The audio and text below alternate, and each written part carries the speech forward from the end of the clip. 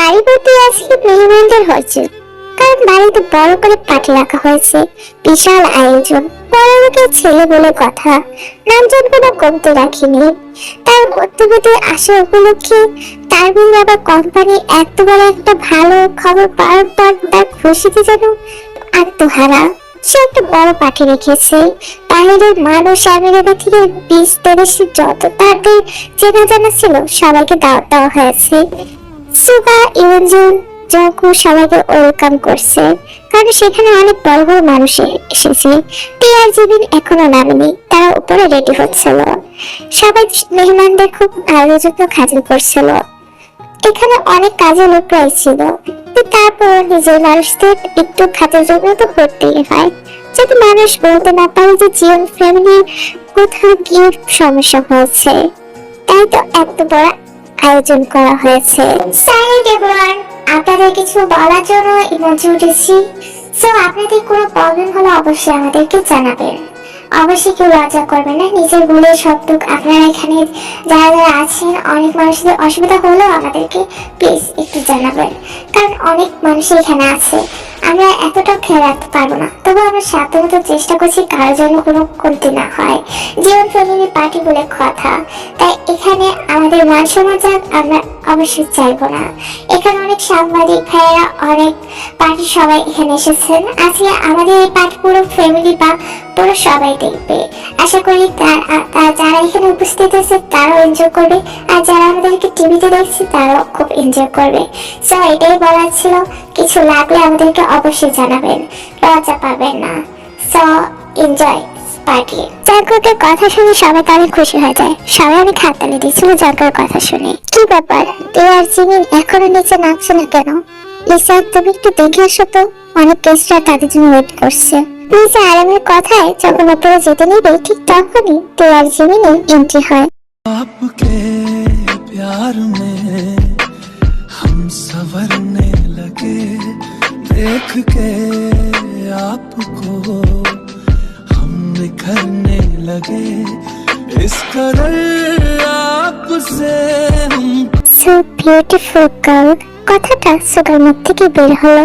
Sugar জিমিনকে দেখি মূলত কথাটা বলেছে।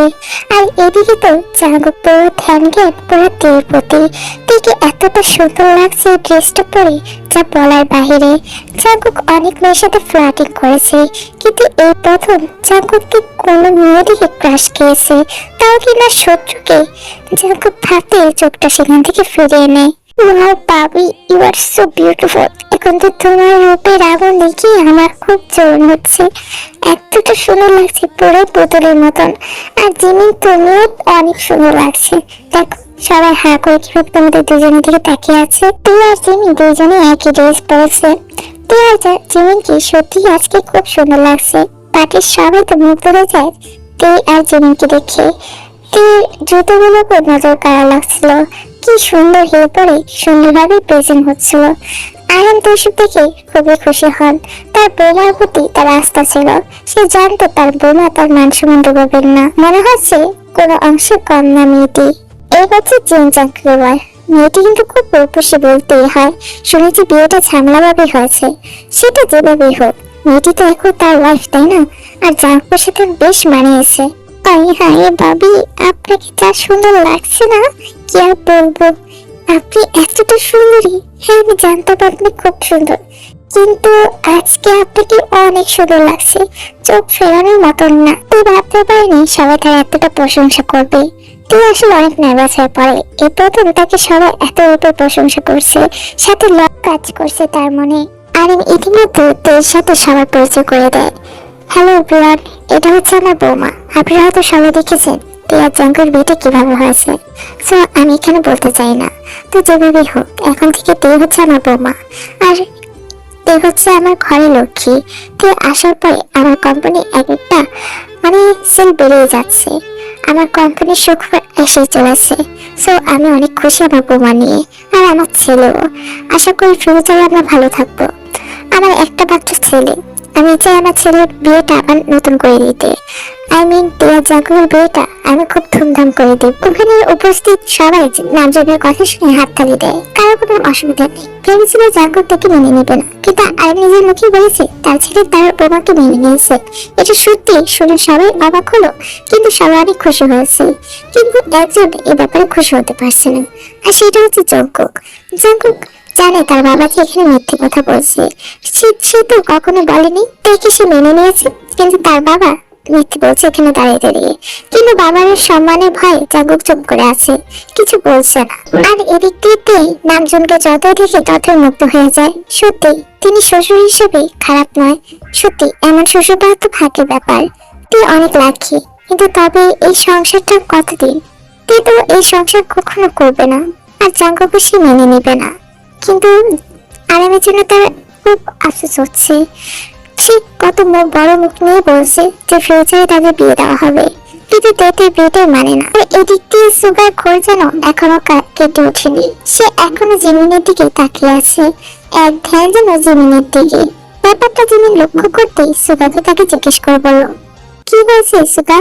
কোনো কিছু হয়েছে না? মানে অনেকক্ষণ ধরে দেখছি আপনি আমার দিকে তাকিয়ে আছেন। জিমিন, জি বলুন।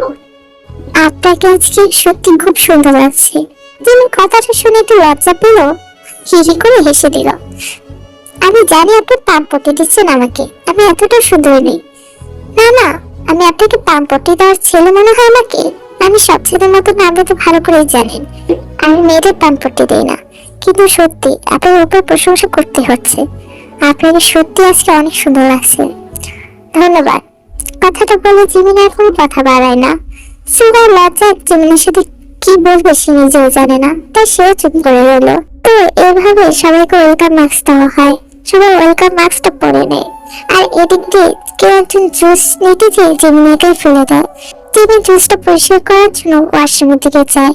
ঠিক তখনই একটা ছেলে জিমিনের হাতটা ধরে টান দেয়। কোথায় যাচ্ছ বেবি? এখানে আসো আমার কাছে। কি আপনি ছাড় না আমাকে, এমন কেন করছো? আস বলছি, ছাড়ুন, আমি কিন্তু তোকে চিৎকার করবো। এখানে কেউ আসবে না। তোর এত বড় সাহস, তুই আমাকে থাপ্পড় দিবি? তারা তোকে দেখাচ্ছে মজা বলে লোকটি জিমিনের চোরের মুঠি টেনে ধরে। জিমিন আ করে উঠছে, কিন্তু যেহেতু বাইরেবর্তী মেহমান অনেক সাউন্ড চলছে বক্সে, তাই তাদের দুজনের শোনার মতন এখানে কেউ নেই। জিমিন আপ্রাণ চেষ্টা করছে নিজেকে ছাড়ানোর। লোকটি কোনো কিছু তার সাথে খারাপ কাজ করতেই যাবে, ঠিক তখনই সেখানে সুগা এসে হাজির হয়।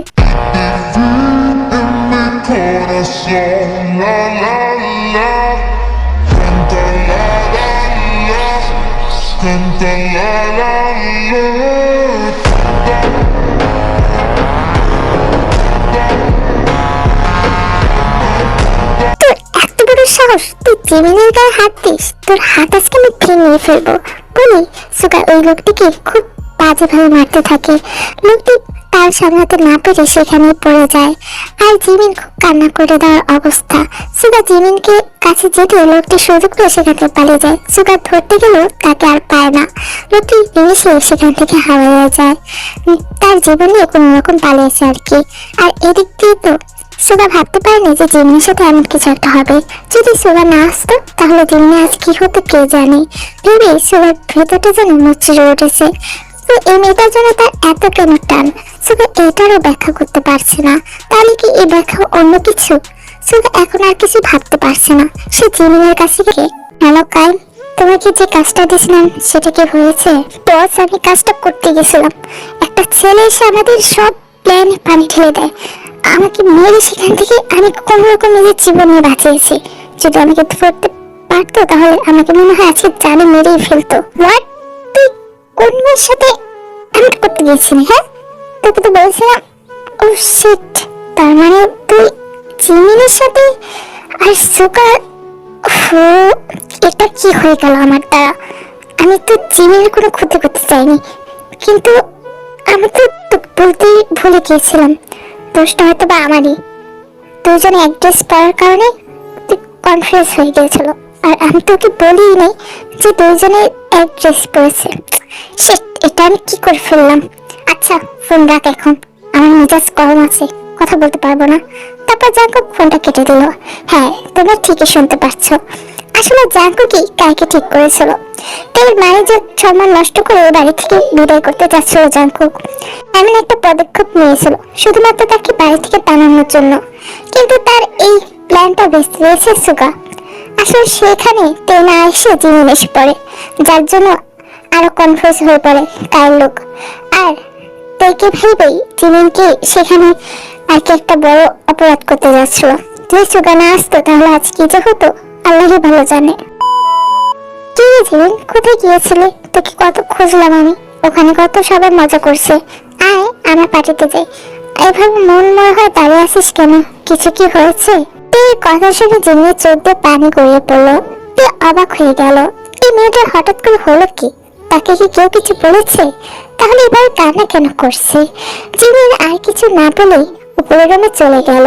তে বেশ খানিক খাপড়িয়ে গেল, হঠাৎ করে হলো কি এর? সুগার সামনেই দাঁড়িয়ে আছে, প্রশ্ন চোখে সুগার দিকে তাকিয়ে আছে যে কি এমন হলো।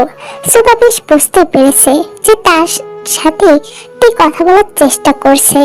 সুগাও আর কিছু না ভেবেই তার ভাবিকে বলে উঠলো, আমি আপনাকে আরো অনেক কিছু বলাচ্ছি, আপনি একটু সাইডে আসুন, মানুষজন এখানে। বলো কি হয়েছে জিমিনের? ভাবি, জিমিন যখন ওয়াশরুমে গেল তখন আমি কখন দাঁড়িয়েছিলাম, আমি জিমিনের পিছু নিয়েছি কিছু বলার জন্য। ঠিক তখনই একটি লোক জিমিনের হাত ধরে টান দেয়, ব্যাপারটা আমি খেয়াল করলাম। আর যখনই দেখলাম লোকটি ওর সাথে খারাপ কিছু করার চেষ্টা করছে, তখন আমি যে লোকটিকে থামানোর চেষ্টা করি আর ওকে মারধর শুরু করে দিই। জিমিন এসব দেখে খুব ভয় পেয়ে যায়, মেয়েটা সত্যি খুব ভয় পেয়েছে। আমি ওই লোকটিকে ধরার চেষ্টা করেছিলাম কিন্তু লোকটি পালিয়ে যায়। জানি না লোকটি কি, তার কি উদ্দেশ্য ছিল, আর জিমিনের সাথে বা এমনটা কেন করলো।